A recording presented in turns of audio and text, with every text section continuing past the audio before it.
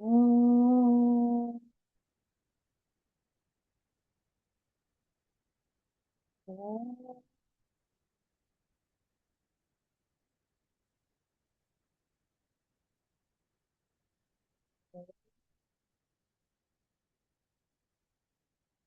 ॐ श्री गणेशाय नमः। ॐ श्री सरस्वत्यै नमः। ॐ श्री गुरुभ्यो नमः। समस्तजनकल्याणे निरतं करुणामयं नमामि चिन्मयं देवं सद्गुरुं ब्रह्मविद्वरं सद्गुरुं ब्रह्मविद्वरं योऽन्तः प्रविश्य मम वाचमिमां प्रसुप्तां सञ्जीवयत्य किल शक्तिधरस्वधाम्ना अन्यांश्च हस्तशरणश्रवणत्वगादीन् प्राणान्नमो भगवते पुरुषाय तुभ्यं प्राणान्नमो भगवते पुरुषाय तुभ्यं समचरणसरोजं सान्द्रनीलाम्बुदाभं जघननिहितपाणिं मण्डनं मण्डनानां तरुणतुलसीमालां कन्धरं कञ्जनेत्रं सदयधवलहासं विठ्ठलं चिन्तयामि विठ्ठलं चिन्तयामि।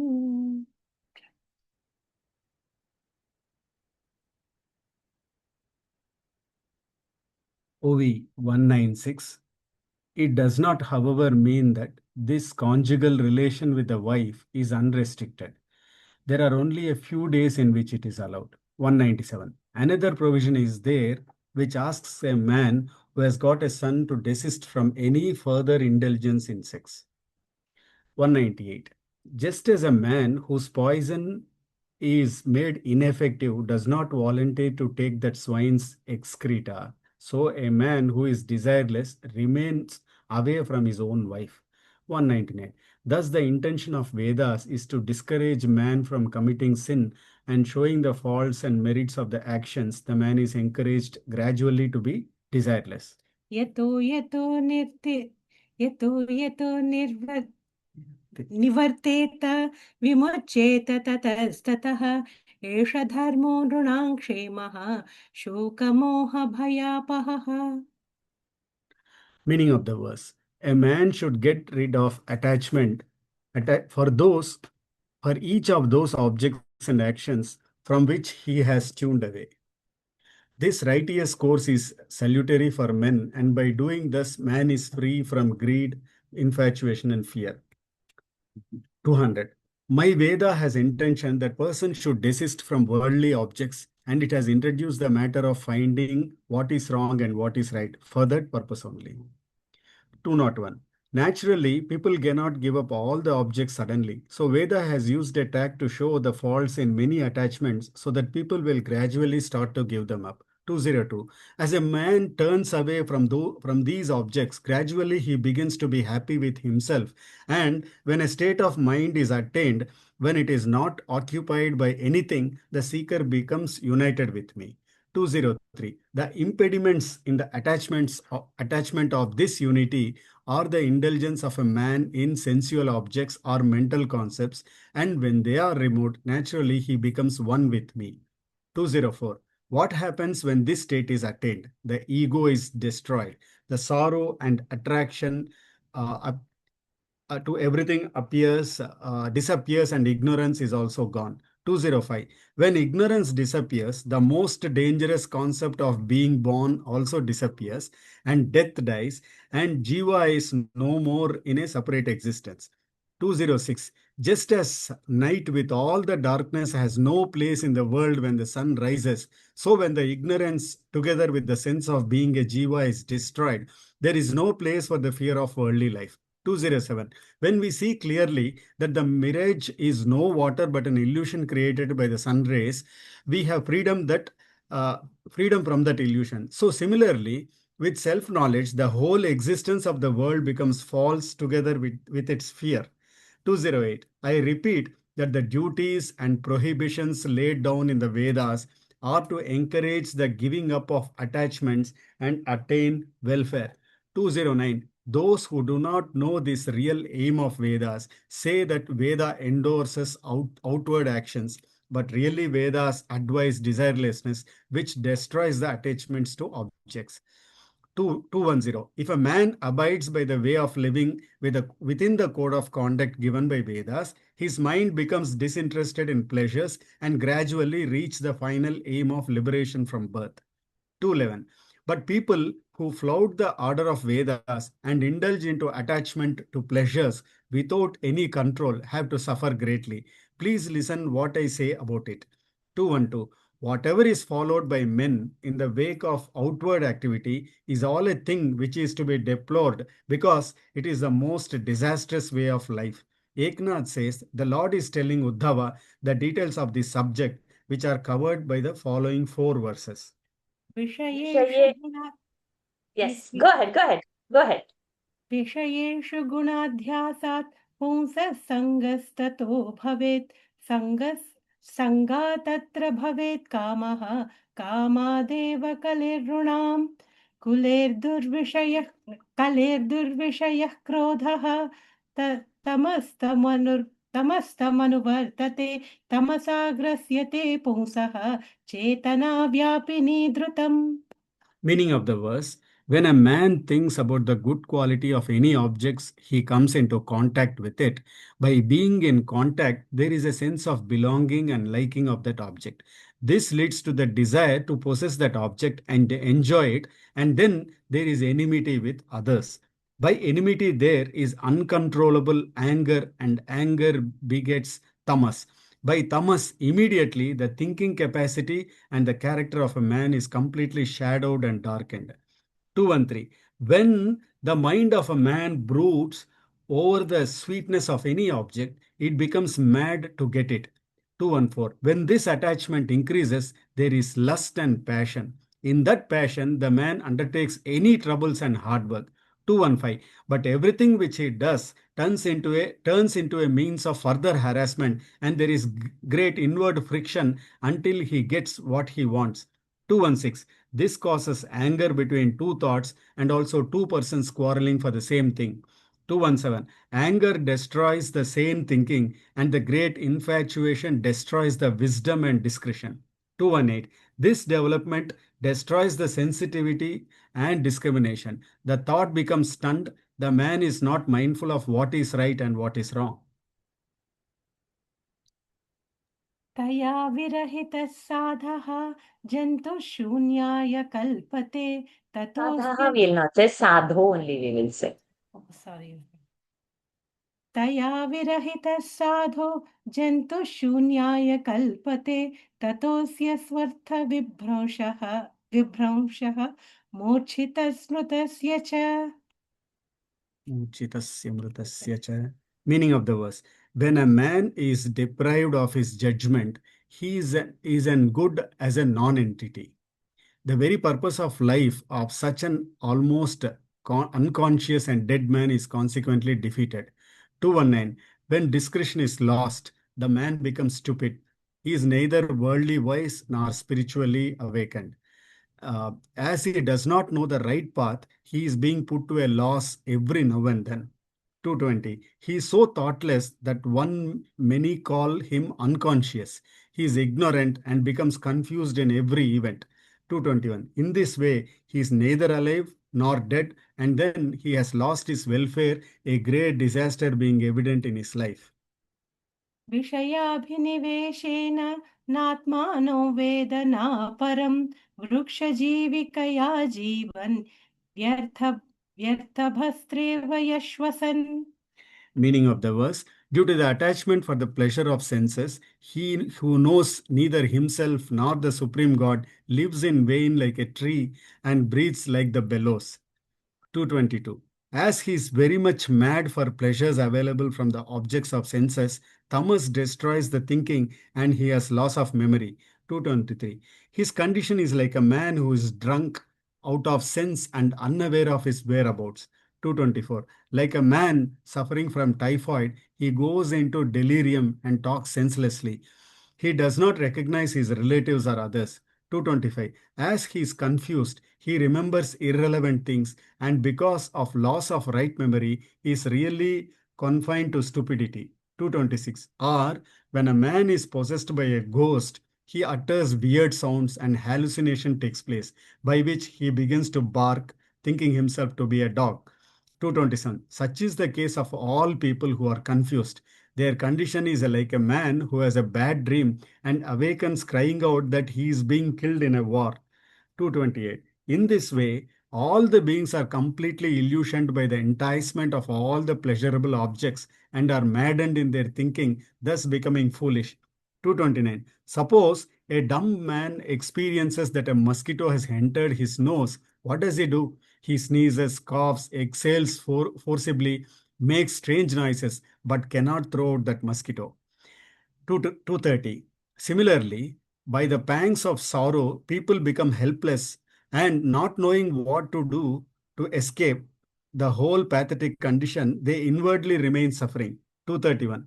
By the force of their ego and pride, they are intoxicated, and that becomes dangerous for them as and they as if go astray and fall in a deep well. 232. For example, the bullock pulling the crusher of the oilman moves round and round, having its eyes covered, but its journey never ends. 233. It hastens and runs on that fixed route. It hastens and runs on that fixed route, but his rounds do not come to an end, and the first feeling of giddiness also disappears. 234. Similar is the round of worldly life where people run after objects of pleasures, creating false goals, but they do not know the power of God. They run like a disturbed serpent. 235. The man is inwardly as dark as the night of the last day of month. He has not known what actually his worth is and how all the relatives are false. For him, there is no ray of hope in the world which is as dark as night for him. 236. Like the bellow of the ironsmith, their breathing is useless. They are neither living nor dead. They are as inactive as trees standing. 237. Now, you may say that Vedas have stated that persons performing actions with a desire to gain happiness, reach heaven, and enjoy all pleasures, but these are statements made by the greedy persons only and is not good for final welfare. Please listen my explanation. फलश्रुतिर्यनृणां न श्रेयो रोचनं परं श्रेयो विवक्षया प्रोक्तं यथा भेषज्यरोचनम्. Meaning of the verse, such a promise of reward given in the Vedas does not point out the way to final bliss, but intends to create in the mind of men externally inclined a taste for ritual acts as an encouragement for final beatitude, just as parents give sugar to a child to encourage it to take bitter pills of the medicine. 238. Stupid people never act without selfishness, and therefore the promise of happiness given in Vedas is to encourage them to act. 239. To work with desire for self and to work unselfishly involve action which is outwardly similar, but the whole difference is in the motivation. 240. Rainwater, when falling in a living shell during the time of Swati star constellation, creates a pearl, but water taken by a serpent creates venom. 241. So, if we conceive a state of desirelessness, it creates a state of freedom, and if we have desires in our mind, it creates a tight bondage. 242. What Vedas have promised as heavenly pleasure is not the real intention, but it is like the promise of a sweet sugar given to a child to encourage it to take bitter medicine. 243. By medicine, the ailment is cured, but the child likes the sweet sugar, which is not the result of medicine. 244. In order to make lazy fools eager to do something within religious code, the Vedas have shown before them the aim of heavenly pleasure. 245. Now you may ask, when men favoring selfish action say that Vedas advise positive activity, how can I believe that Vedas advise withdrawal from the worldly actions? 246. Eknath says, if Vedas are supposed to provoke selfish action, it would have been disastrous to the welfare of the mankind. The Lord Sri Krishna therefore deplores the selfish actions and explains how the intention of the guidance of Vedas is towards the path of return. उत्पत्त्यैव हि कामेषु प्राणेषु स्वजनेषु च असक्तमनसो मर्त्या आत्मनोऽनर्थहेतुषु न तान् विदुषः स्वार्थं भ्राम्यतो वृजनाध्वनि कथं युञ्जात पुनस्तेषु तौ तांस्तमो विशतो बुधः. Meaning of the verse, indeed, mortals naturally have their mind attached to objects of desire, to their life, including sense organs, vitality, etc., as well as to their own people, relatives, etc., even though they are ultimately sources of misery and bondage to the self. How can the Veda direct such men who are blind to their real interest and yet believing in the Vedas and wandering in the path of enjoyment in heaven and afterwards being born in the lower categories of animals, etc., because of their desires while performing rituals? Once more, to those very enjoyments for which sacrifices and rituals are advised. 247. As soon as birth takes place, the person likes his body. He thinks that he is his body and becomes attracted to various things. 248. Because of the pleasures he gets when he is adult, he likes his wife and children, his relatives and money. This is all natural. 249. This attraction to objects is natural to all beings, but it leads the jiva to lower states of existence. 250. If Veda will encourage this attraction by sanctioning it by code of conduct, it would be a cause of disaster. 251. Veda will be so detrimental to the welfare of a man that it would be like whipping a man who is already dying, or put forcibly a heavy stone on the head of a man who is already drowning, or like throwing a blind man in a deep well. 252. If Veda would be responsible for such encouragement to enjoyment, who else will save the jivas? If the king himself starts looting the people, who will help the poor? 253. A man who does not know the real meaning of Vedas becomes active in the outer life, attracted to various articles, wrongly interprets Vedas as giving a license to uncontrolled behavior, and thus Veda becomes disastrous to foolish people. 254. For example, a son suggests to his father during the period of eclipse that they should eat the sweet porridge, which is prohibited by religious code. But the father guides the son and says that when the eclipse is over, they would cook fresh food and take it. 255. My Veda is like this. It allows action, but with certain provisions. The proneness of man is curbed by Vedas in order to finally make him withdraw from worldly life. 256. The orders of Vedas are for freeing men from their doom in the indulgence of their mind and body in the enjoyment of lower pleasures. 257. Only people who are dull-witted and enamored to carnal desires declare that the instructions of Vedas are encouraging selfish actions.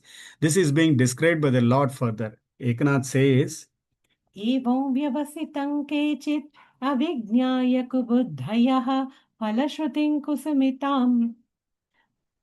कुसुमितान्न वेदज्ञा वदन्ति हि फलश्रुतिं कुसुमितान्न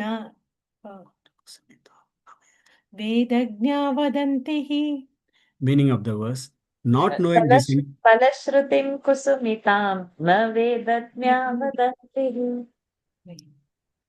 Meaning of the verse, not knowing this intention of the Vedas, some misguided people interpret the promises of fruit as offering blossoms in the shape of heavenly enjoyment. But the knower of the real intention of the Vedas does not say so. 258. Persons who are selfish never perform their legitimate duties unselfishly.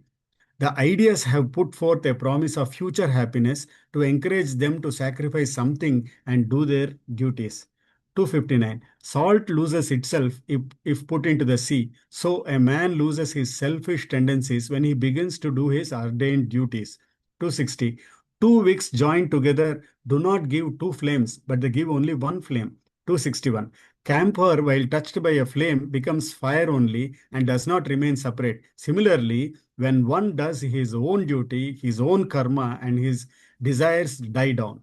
262. Action or inaction is like a group of bamboo trees. When duty creates a friction, the spark of the purification of the mind is created and it burns to ashes, karma, in its totally binding nature. 263. Doing one's own duty with some aim in our mind at the beginning ultimately removes the very choice of selfish or unselfish action. 264. Fire created by friction between the two dry pieces of wood destroys both the pieces and we see only fire. 265. My Vedas are like that. They finish the bondage of karma through performance of the karma only. 266. Though Vedas have promised heaven, etc., through our own action, the man who becomes attached to that promise only meets with his doom. 267. Suppose a crop of gram is cultivated in a field and not waiting for the grains to be ready. If we cut the plants for cooking vegetable, will it be our gain or loss? 268. Jowar plants when raw are delicious to eat. If we take out all the sprouts, will it be our gain or loss? 269. I shall tell you how people who become proud of selfish actions for their own duties come to lose their real benefit.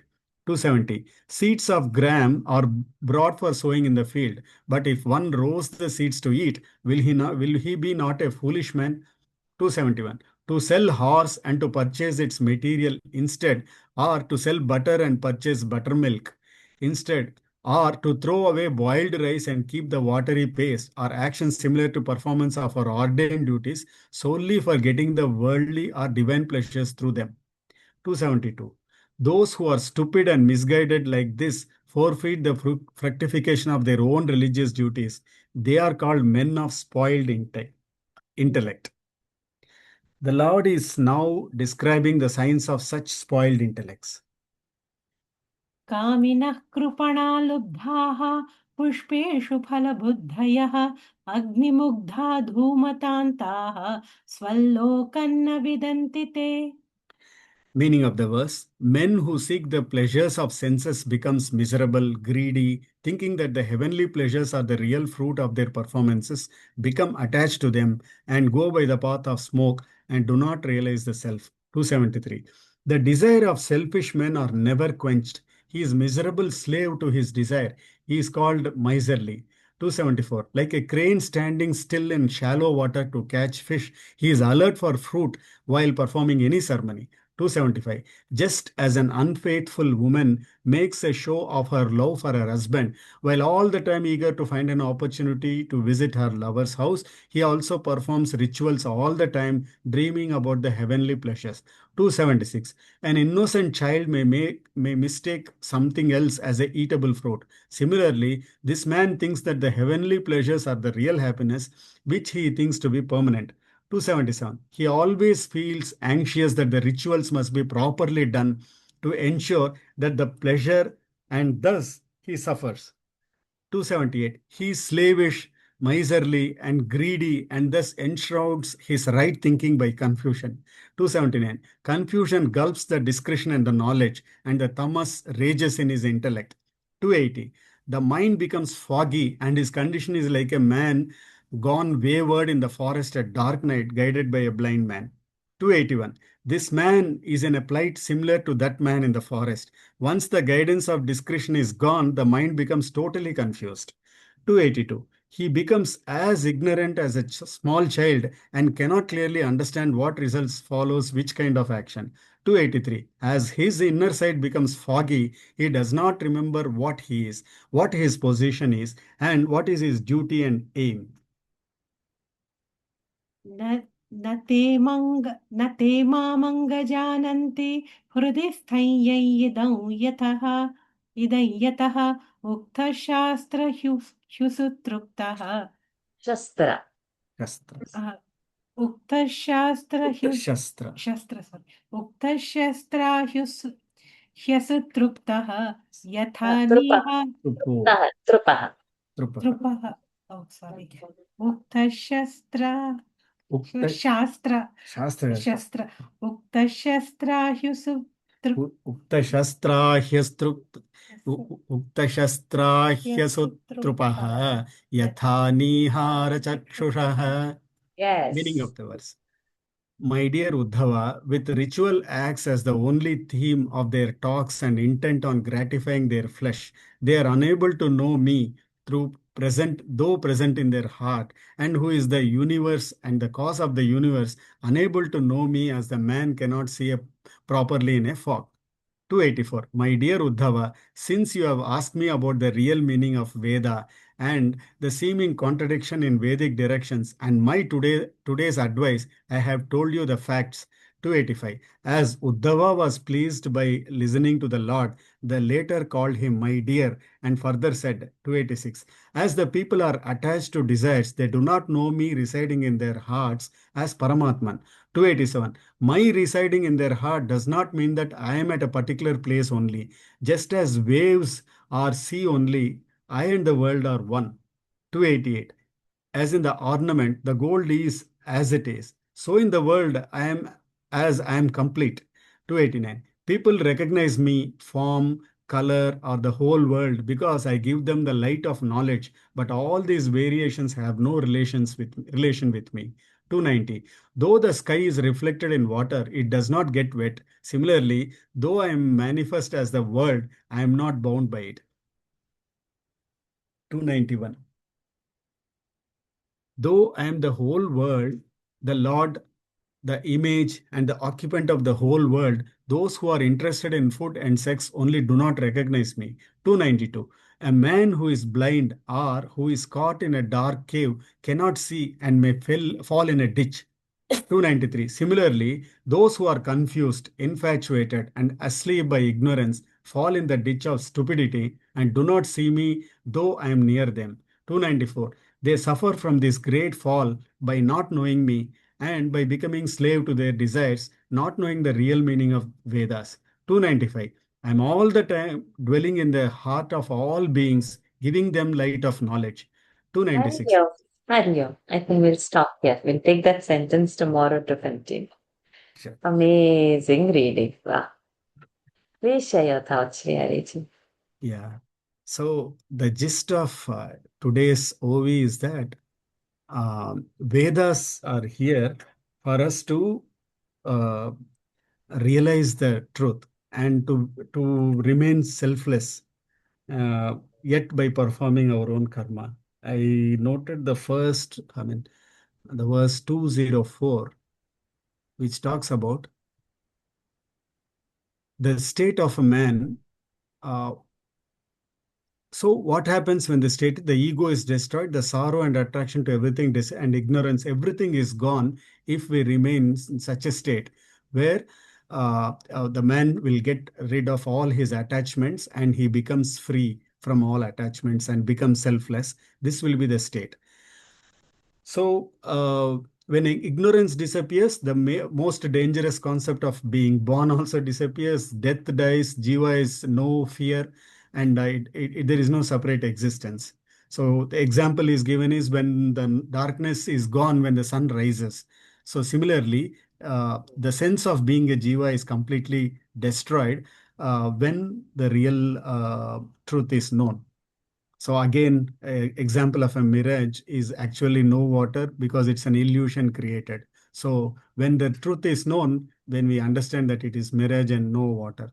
So, he will repeat what is the duties and prohibitions laid down in the Vedas in order for us to remain unattached and give up all the attachments and live a selfless life. So, but the question is people who flout the order of Vedas and indulge into attachment to pleasures and have any control, they have to suffer. And that is what explained in the next few verses, Ovis. So, so he clearly explains in the chapter 2 of Gita, where we,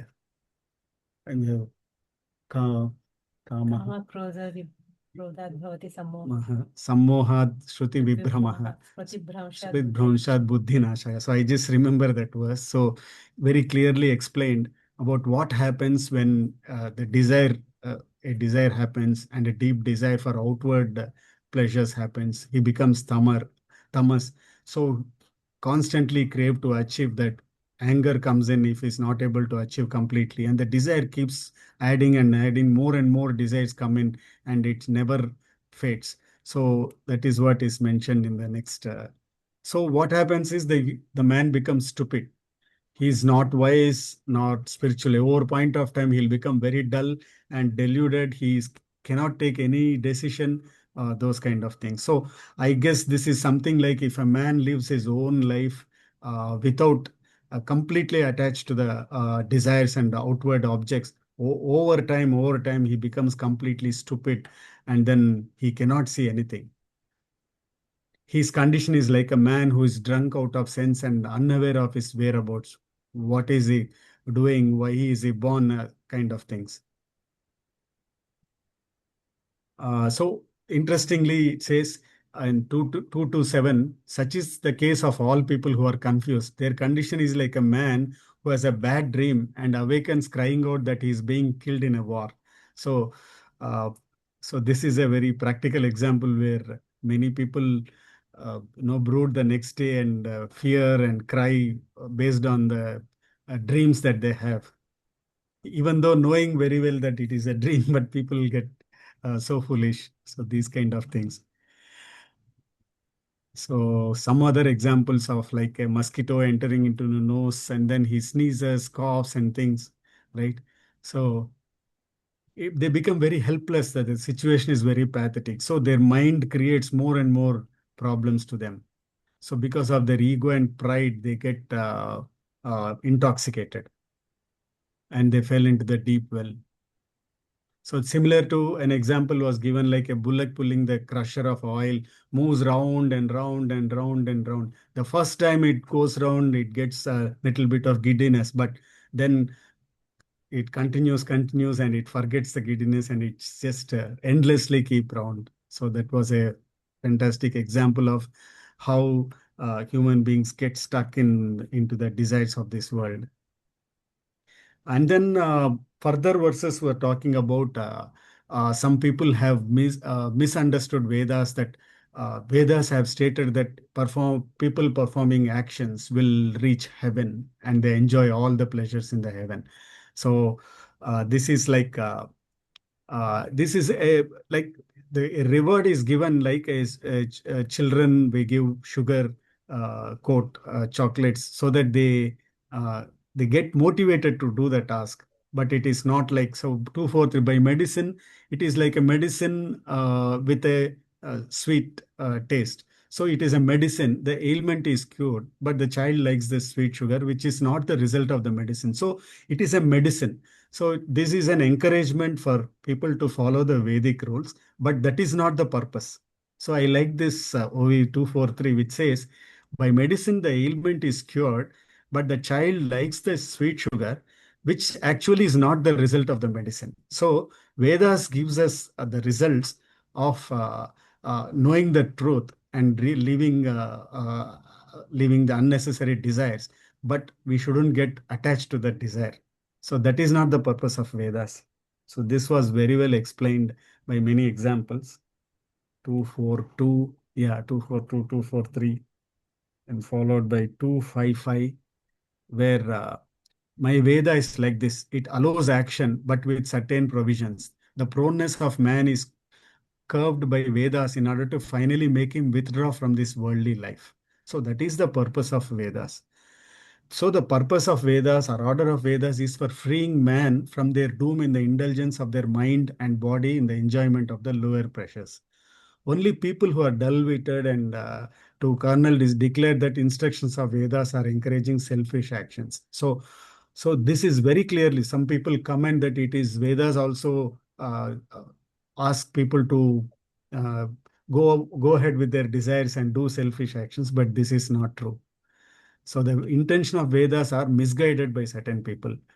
So in verse 277, I like this verse, OV, where it was told, an innocent child may mistake something else as is. Similarly, this man thinks heavenly pleasures are the real happiness which permanent. He always feel anxious that the ritual, the 277, he always feels anxious that the rituals must be properly done to ensure that ensure that pleasure and thus suffers. So people do rituals for want of something.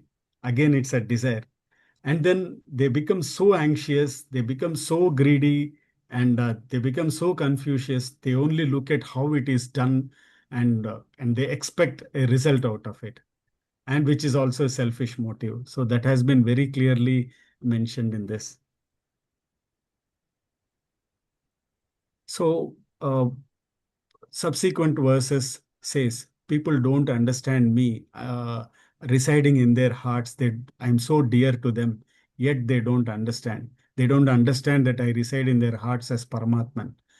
Uh, so again, I remember this chapter 9,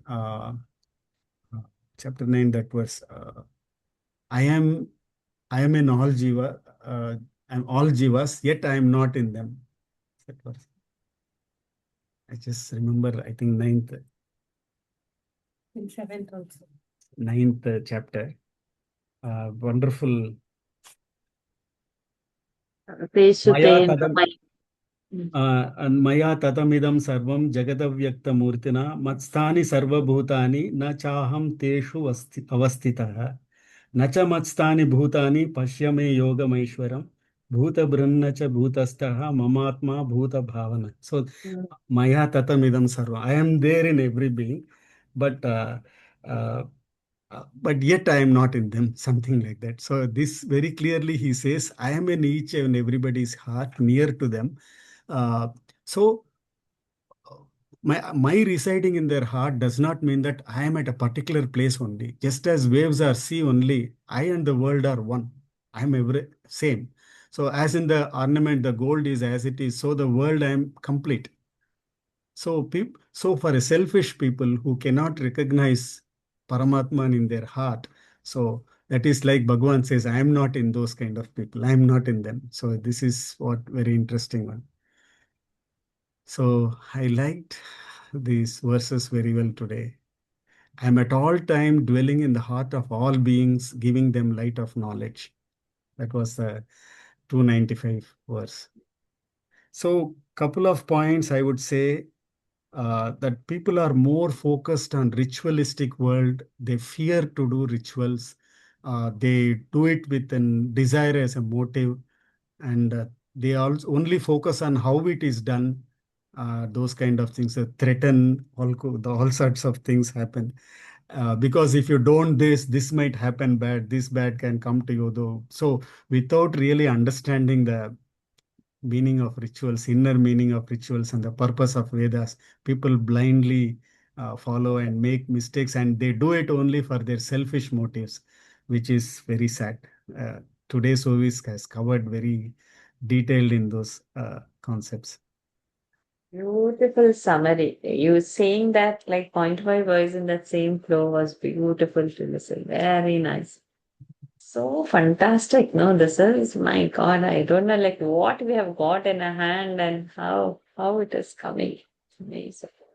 It's shaping up so beautifully, Vashaji.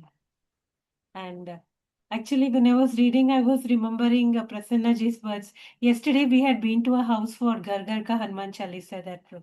And when we went there, it was terribly hot. We were sweating very badly.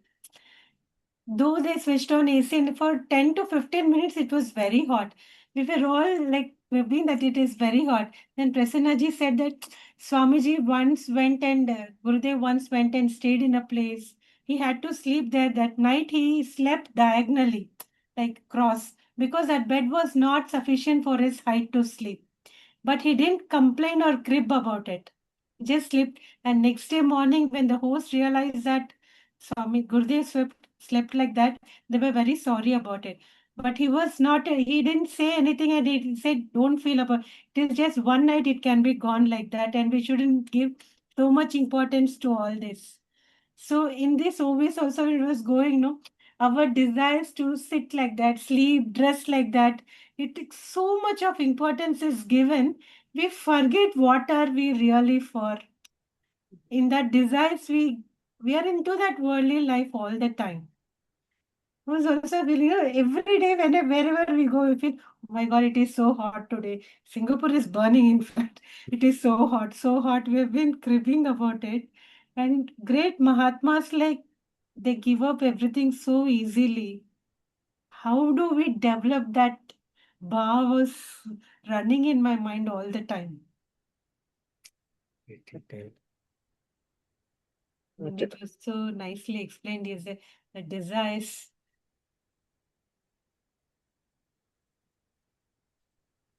Amazing. So we catch up tomorrow again. Let's pause over here. Yeah. when we dwell on this now, we don't want to come out of it because it is Bhagavad. It's like that. And one more request, Varsha, can we start Kunti Stuti or Bhishma Stuti sometime? Because we got used to that Brahma Stuti and it is very nice to do. So if Yeah, he gets familiarity with all those also, sure. once in a while we can keep chanting. Yes. Okay. I'll plan out something.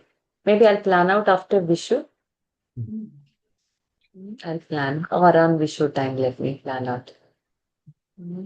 The Gita competition kids audios also I'm not able to give time and correct. So many people are there. So and even our Narayaniam I'm not able to post. It's like little bit choke up. Let's see how. Whenever you feel time, because Yes. it's nice to do it daily and Yes, correct. it's See, creating. when a sankalpa is taken as a group, it is happening. On our own, it doesn't happen. This I have said, experienced so many times. As a group, we can go. World pulls us now, so we need a group Correct. to stay like that halogen balloon. You leave it, it goes. But if somebody is holding it down, then we can.